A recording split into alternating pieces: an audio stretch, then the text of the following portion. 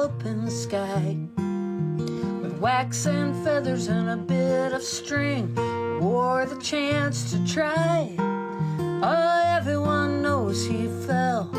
Now that's the part they tell. But something else is true. Before he fell, he flew.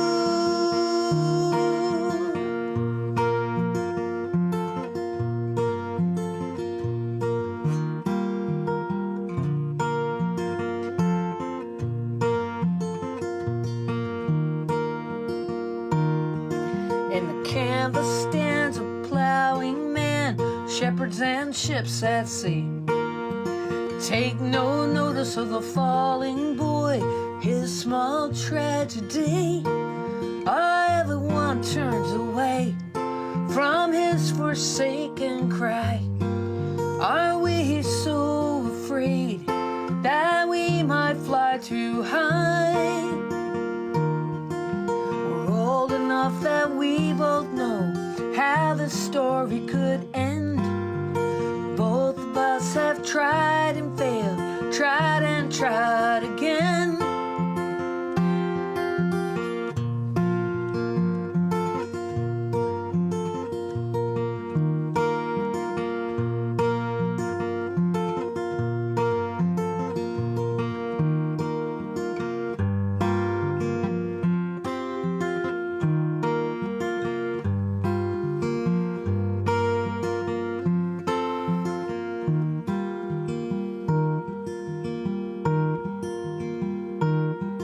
Now we stand by the fire and say these vows, pray the words hold true. Will this love melt away, or last or hold us through? Oh, baby, put on your wings, let's jump out to the sun. Our fears will melt away, this flight has just begun. Icarus.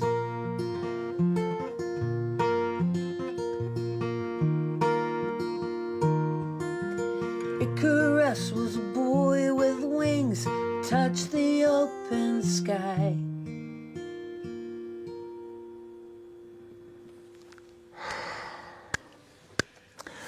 Welcome everyone to a reasonably spontaneous conversation with my friend Kiya Heartwood.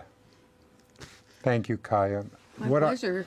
What I love about this song is that for so much of my life, I had taken the wrong lesson from the story. Maybe not the wrong one, but certainly a lower lesson from a higher story. And when I heard you, and I had this in the back of my consciousness, and then when I heard you first sing this song, I went, yes, it was He Flew.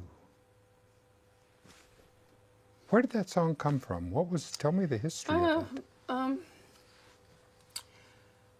It's got a lot of different layers. I was talking to a friend of mine who got divorced. Her husband, her ex, died pretty close to that. Mm-hmm. And that feeling of failure in a relationship is where, and I saw a poem, I can't remember the poet, that also took that kind of one, and I was like, that's exactly right. That's exactly right. Yeah, you know, like things work as long as they work, and then when they don't work anymore, you change it. But you still don't have to you don't have to throw the baby out with the bathwater, right? You can, exactly. You can appreciate what worked for the time that it worked. You know, because there's so many different layers of making choices. Everybody's making choices all the time. Isn't that, and what a time we're living in. It feels like that we're at an inflection point for humanity. Oh, that we've definitely. We've come out. Now you're in ministerial training, right? Yes. And so you're interning, you're getting your Yeah, I'll be I've kind of been doing the work for a really long time, but I wanted to get ordained. I'm getting ordained as a Unitarian Universalist. Yes. Which does not have a creed, so you could believe whatever your spiritual calling would be. Exactly. So you don't say that I believe God the Father Almighty, but you could be a person Yep. who believed that and be a Unitarian. So I like a lot of the work that people are doing in Unitarian Universalism, and I'm particularly interested in art ministry. So playing, writing songs is all part of that, but also helping other people make art. How is that not the creative process? If we talk about it from a traditional religious perspective, we're talking about the creator. Right. So all you're doing is creating. Yes. You're just putting it into the verb Yes. form, right? Right. So yeah, to talk in Christian terms, it would be like, well, we're made in God's image, and then you're just you're emulating your creator. You're Right. a creator. You're creating. What could be more beautiful about that? Right? Exactly. And so then in the art, in the creation of the product, or the creation of music, and the creation of physicality, of the outpicturing of whatever it is in the consciousness that we have, and then suddenly it's there. Right. What if you take the capitalism out of it? What if you take the consumerism out of Right. art, and you just, instead of like worrying about, am I good enough that I can make a living playing or whatever? Exactly. What if you've got the desire to play the clarinet or to sing, or it doesn't really matter if you are judged by other people to be good or bad at that Exactly. thing, because if you're doing that thing, you're an artist. If you're making art, you're an artist, Exactly. right? And so what if you encourage people and heal them up? Because there are so many people who are busted over this issue. You know, somebody told them they couldn't. I had a 8th grade choir director that didn't like how I sang and told me I couldn't sing. If I'd listened to them, then I would have missed a whole big part of my life. Yeah. Right. Yeah. Touring, writing, working, doing all the work as a musician, and then working up with the art orchestra you're involved in, and exactly. Yeah. Well, yeah. Art's kind of my religion. So Yeah. But I cannot. But that's what I love about the idea of what religion is. Right. Because if religion is, rather than the destination, for me it's the vehicle. It's like, all right. So it gives me a way to talk about something that resonates particularly with me, and I could be Muslim, I could be Hindu, I could be Buddhist, I could be an atheist. It doesn't Yes. matter. It's a vehicle that Right. gets me to something that is less encumbered with my own self limitations. Right. Exactly.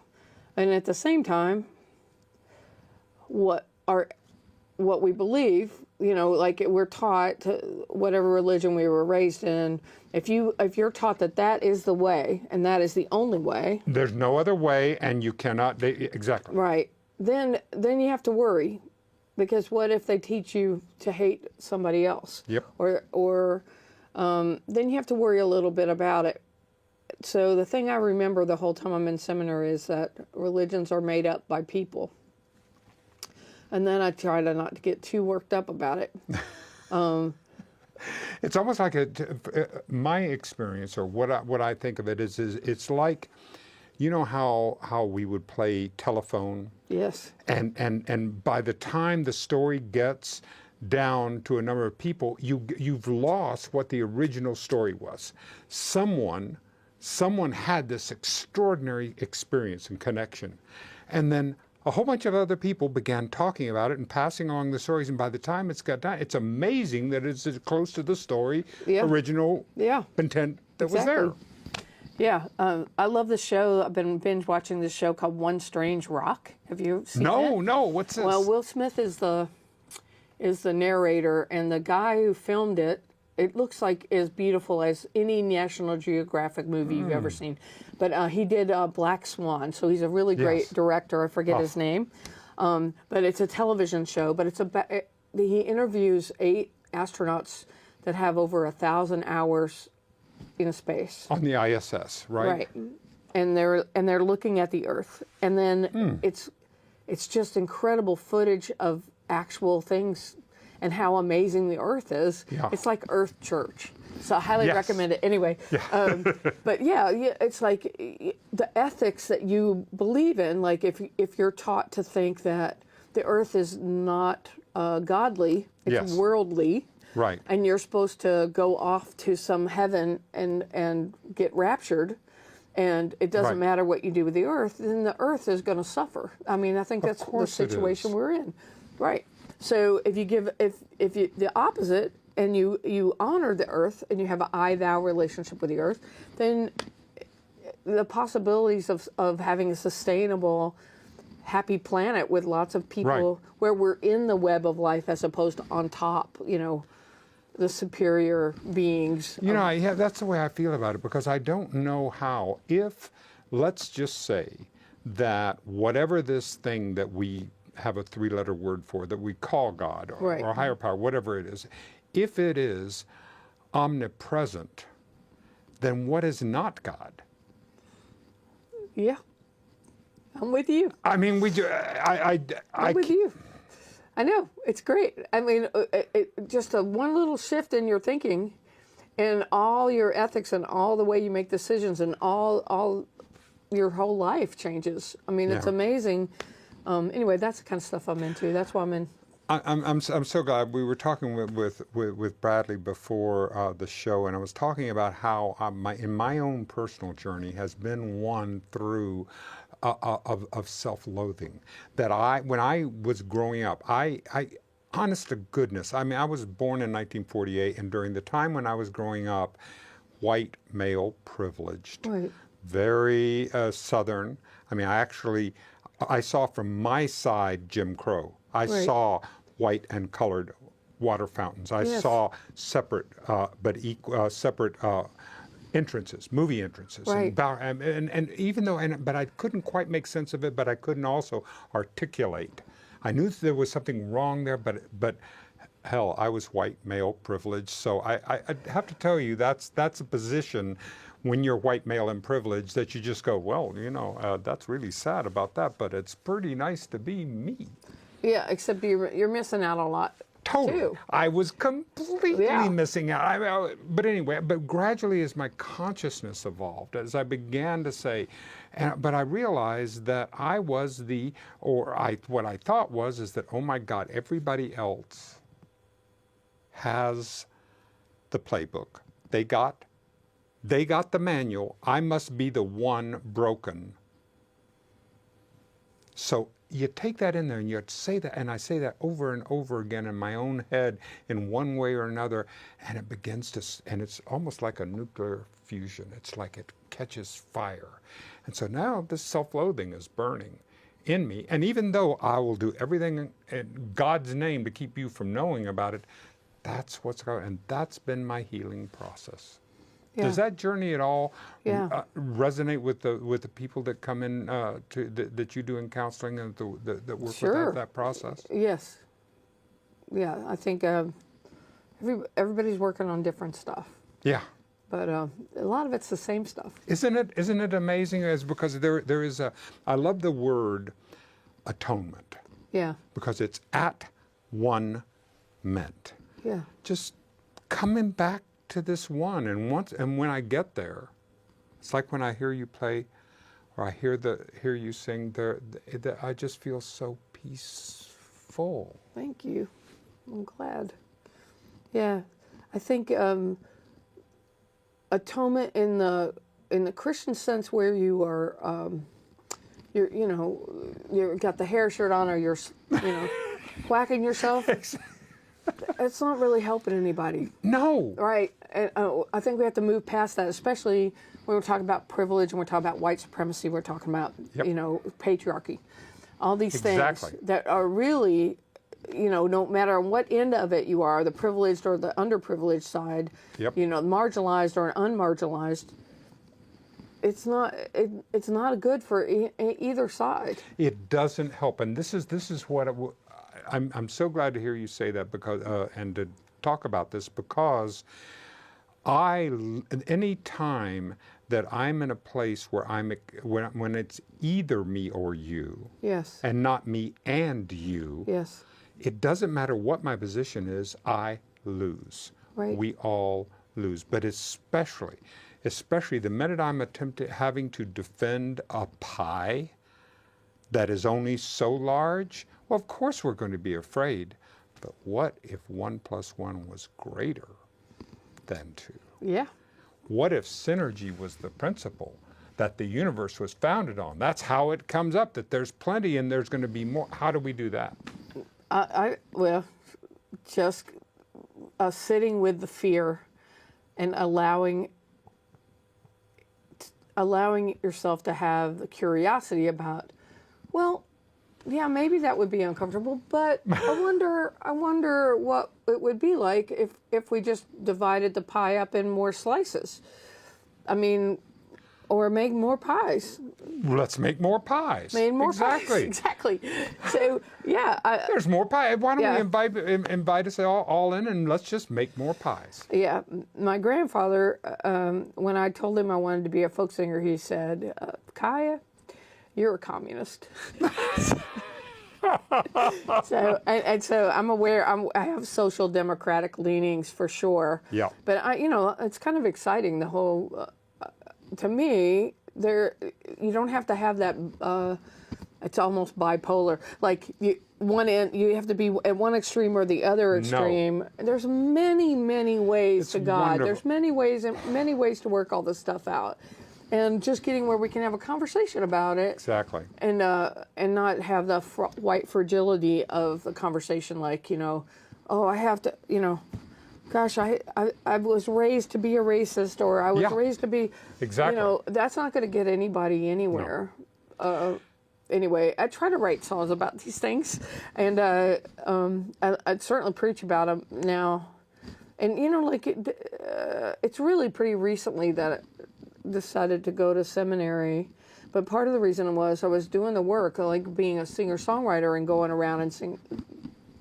But the whole way art is in America, it's like there can only be one. We worship the young, we worship beautiful, exactly. And why can't everybody play? I mean, like, what's wrong with that? Yeah. And not everybody wants to. Well, it's not necessarily the most fun work I ever had. Like, I never thought I was going to have enough money. I was pretty clear even at 9, 10, when I decided I was going to be a singer-songwriter, that there wasn't any money in it. Yeah. But that wasn't important to me. I just want to be useful to other people. Mm-hmm. And so I was working by myself, through my 50s, working by myself. I think I was laying in a tent on the rugby pitch in England in the rain by myself. Nobody I knew was there. I was waiting to play a show. And I was like, why are you in this tent in England? What are you doing here?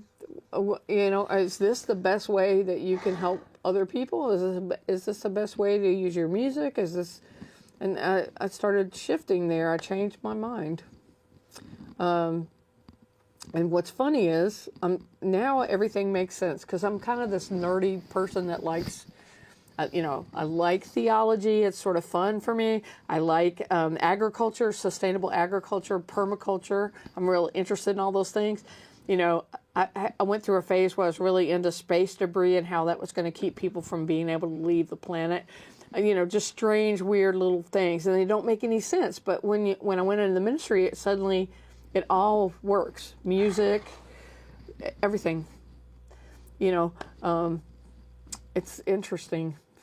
I'm fascinated with that this is the time when historians are going to write about when we, as a species, left the planet. Yeah. I mean, it was just it's a very interesting time. Yeah. Well, okay. Like, they cannot build a biosphere yet. Right. Human beings don't know how the Earth works well enough that they can emulate it. Okay. Exactly. We don't even know how to do that. We don't really understand how plants work. We don't really understand how animals work. We don't understand how the atmosphere works. No. Okay. So perhaps that would be a good place to start. Have a Yes. little bit more respect for the place we are at, as opposed to trying to go to another place. And I so agree, and because I don't see that as that we're leaving the Titanic or trying to get out, but what I'm seeing is that and again, you have to understand, I am wired optimist. Right. Me I too. get up in the morning and I am wired an optimist, and I believe in the healing power of the earth if we just give it a little bit of chance and stop poisoning so much that it heals. It's very restorative, it can heal very quickly, but we have got to be part of the solution. Yeah, we got to think. I saw a kid. I wish I knew their name. It was on Facebook, but it was a bunch of kids had worked on a problem of styrofoam and trying to figure out what to do with styrofoam because you can't recycle it. They figured out how to make that styrofoam into the kind of carbon filters that they use for water filtering. So they're taking care of two problems at the same time. And these kids are not even in high school yet. Exactly. I mean, good Lord. I think there's lots of opportunity. What we have to do is not despair, and we have to focus. Exactly. And everybody has to do the thing that they do. So I'm pretty good at talking and being philosophical. Yeah. And writing songs. So that's kind of where I'm putting my focus. I teach other people about music a lot. Yep. But I don't have any scientific strengths. But I do have a sense of respect for the earth. Exactly. And I think there's one sense of of the science, because I think that is a wonderful track to follow. I mean, they're brilliant, but I don't have to follow it.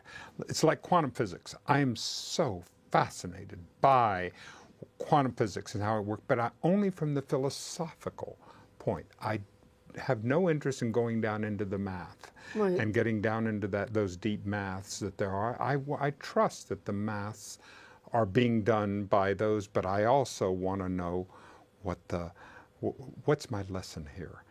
Well, and a lot of times they go down the rabbit hole of the math, and suddenly you're into spirituality. Like, oh, that thing that it looks dead is not dead. It's actually moving. Oh, that's weird. And that's Taoism. I mean, that's,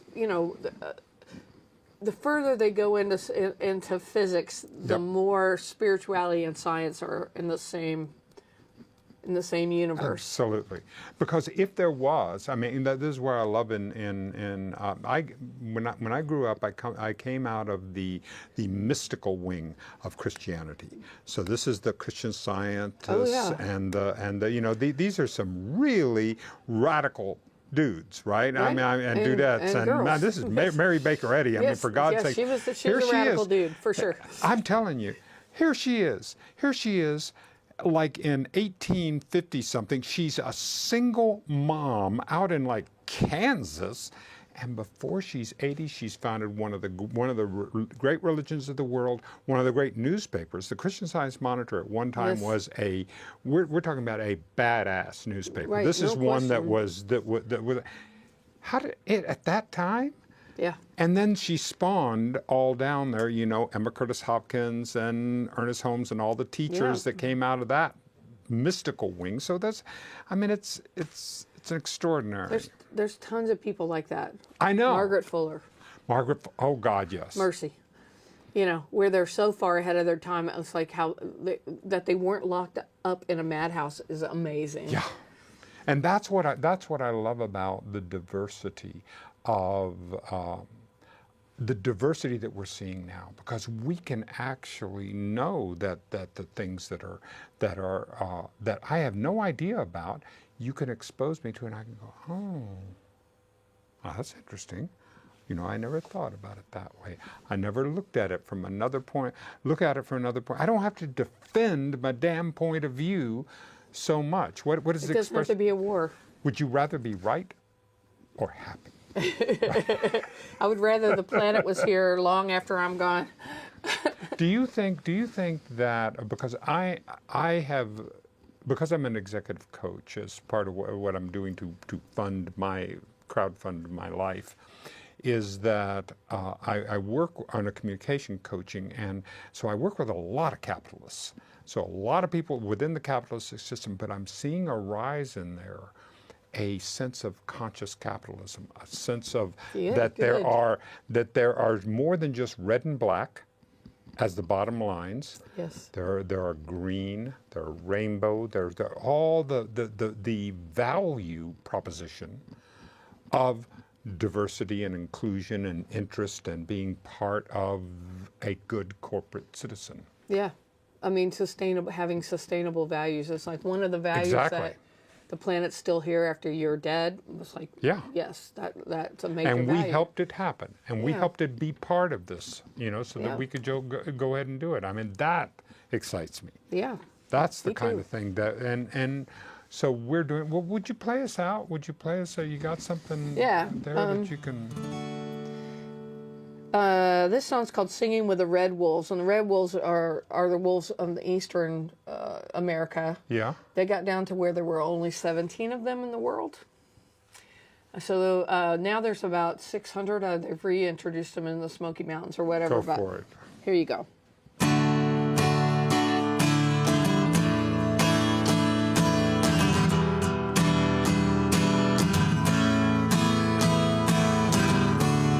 When I wake up, there's a question in my eye.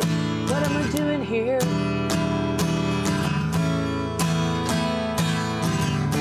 Feel the heat of you lying there beside, and I realize love has brought me here. Pass it open all night and pass a highway sign. Slip between the rivers, swim to the other side, and you